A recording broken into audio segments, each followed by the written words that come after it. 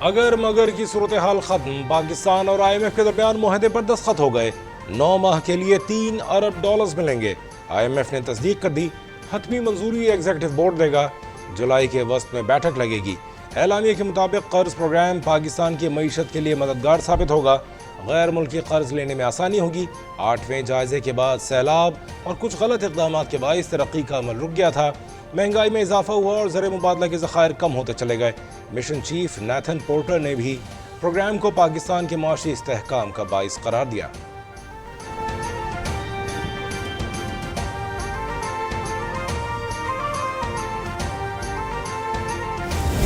اللہ تعالیٰ نے یہ غیبی مدد کی، آئس بریکنگ ہوئی، that was the turning point in Paris. MD نے جب میں پاکستان واپس آیا 3 دن پہلے، آخری میری ان سے بات ہوئی ٹیلی فون پہ، اور پیرس کی ہماری میٹنگ جو تھی وہ ایک ٹرننگ پوائنٹ تھا۔ آج میں کہہ سکتا ہوں کہ سٹاف لیول ایگریمنٹ ہو چکا۔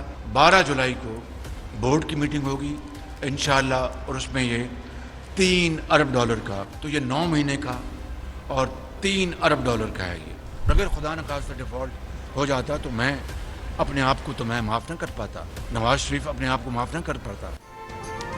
اپنا تمام سرمایہ لگا کر پاکستان کو ڈیفالٹ ہونے سے بچا لیا۔ ملک ڈیفالٹ کر جاتا تو میں اور نواز شریف خود کو کبھی معاف نہ کر پاتے۔ IMF معاہدے سے مہنگائی میں فوراً کمی نہیں آئے گی، سختیاں بڑھیں گی لیکن بوجھ اشرافیہ پر ڈالیں گے۔ وزیر اعظم شہباز شریف کی نیوز کانفرنس، کہا معاہدے سے زر مبادلہ کے ذخائر بہتر ہوں گے، معاشی استحکام آئے گا، ملک ترقی اور خوشحالی کی جانب گامزن ہوگا، مہنگائی پر قابو پانے کے اقدامات کر رہے ہیں، دعا کریں یہ آخری IMF پروگرام ہو۔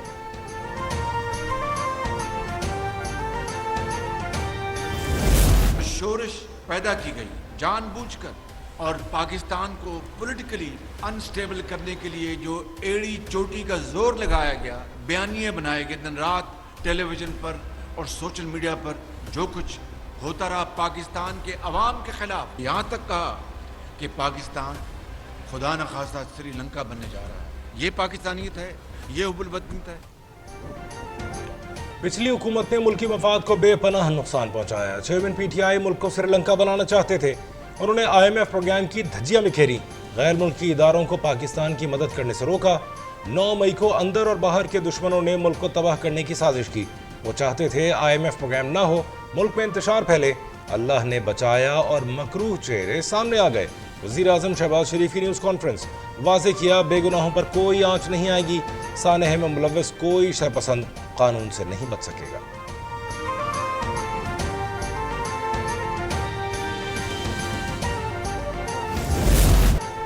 گزشتہ حکومت نے تباہی اور مایوسی پھیلائی، پروپیگنڈا کیا کہ پاکستان سری لنکا بن جائے گا، پاکستان ڈیفالٹ ہوا نہیں ہوگا، ہمیں ترقی سے کوئی نہیں روک سکتا، IMF نہ بھی ہوتا تو ہمارا پلان بھی تیار تھا۔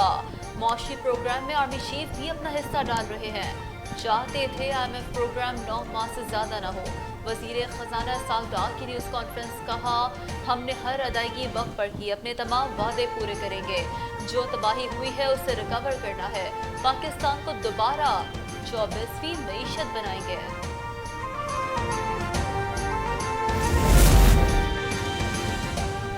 IMF معاہدے سے بیرونی سرمایہ کاری آئے گی، روپیہ مستحکم اور مہنگائی میں کمی آئے گی۔ وفاقی وزیر احسن اقبال کا بیان، کہا برآمدات ڈیجیٹل پاکستان اور سستی توانائی اہداف ہیں۔ وزیر اعظم کے مشیر بلال اظہر کیانی نے ٹویٹ میں لکھا، وزیر اعظم کی قیادت میں ملک کو ڈیفالٹ ہونے سے بچایا، عوام کو ہر ممکن ریلیف بھی دیا۔ حماد اظہر صاحب، معیشت کی تباہی اور سانحہ 9 مئی کے بعد کچھ تو شرم کریں، قومی معیشت کو 4 سال اپنی نالائقی اور کرپشن سے تباہ کیا، اقتدار سے جاتے جاتے پاکستان کو ڈیفالٹ کی طرف دھکیلا۔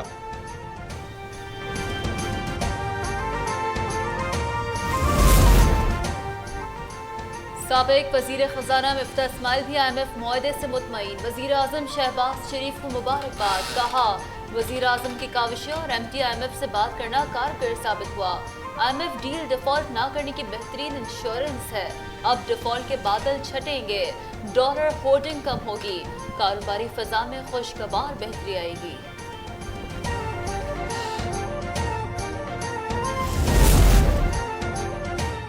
IMF ڈیل پر تاجر برادری بھی خوش، صدر FPCCI عرفان اقبال شیخ نے IMF سے معاہدے کو خوشائند قرار دیا۔ کہا ایگریمنٹ ملک کی معیشت کی درست سمت کا تعین کرے گا، معاہدہ یقینی بنانے پر وزیر اعظم شہباز شریف کے شکر گزار ہیں۔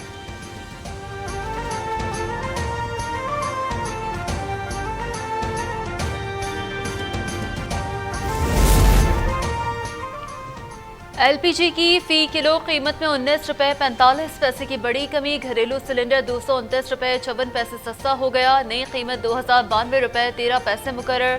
اوگرا نے جولائی کے لیے قیمتوں میں کمی کا نوٹیفیکیشن جاری کر دیا۔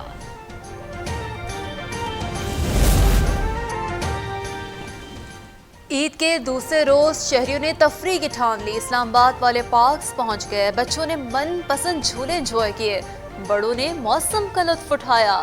حافظ آباد میں بچوں نے تفریح گاہوں کا رخ کیا، پشاور میں بھی بچوں کی موج مستیاں، چٹ پٹے کھانوں کے بعد راولپنڈی کے شہری آئس کریم پارلرز پہنچ گئے۔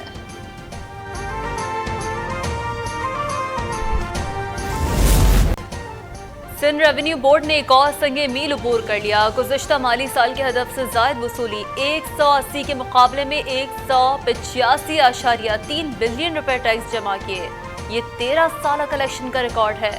جون 2023 میں بھی ریکارڈ 24 ارب روپے کی ریکارڈ وصولی کی گئی، وزیر اعلیٰ سندھ کا خوشی کا اظہار۔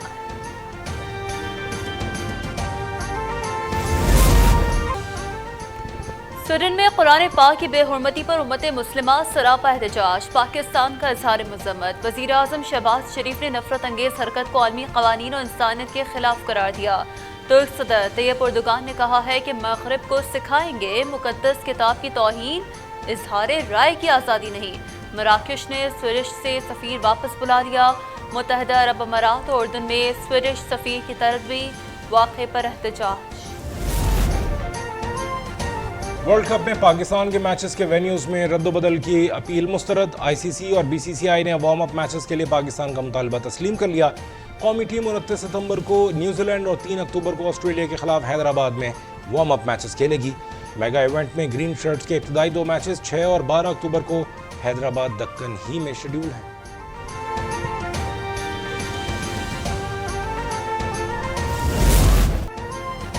اور پاکستان ڈرامہ انڈسٹری کی لیجنڈ اداکار شکیل کراچی ڈیفنس میں سپرد خاک، نماز جنازہ مسجد سلطان میں ادا کی گئی۔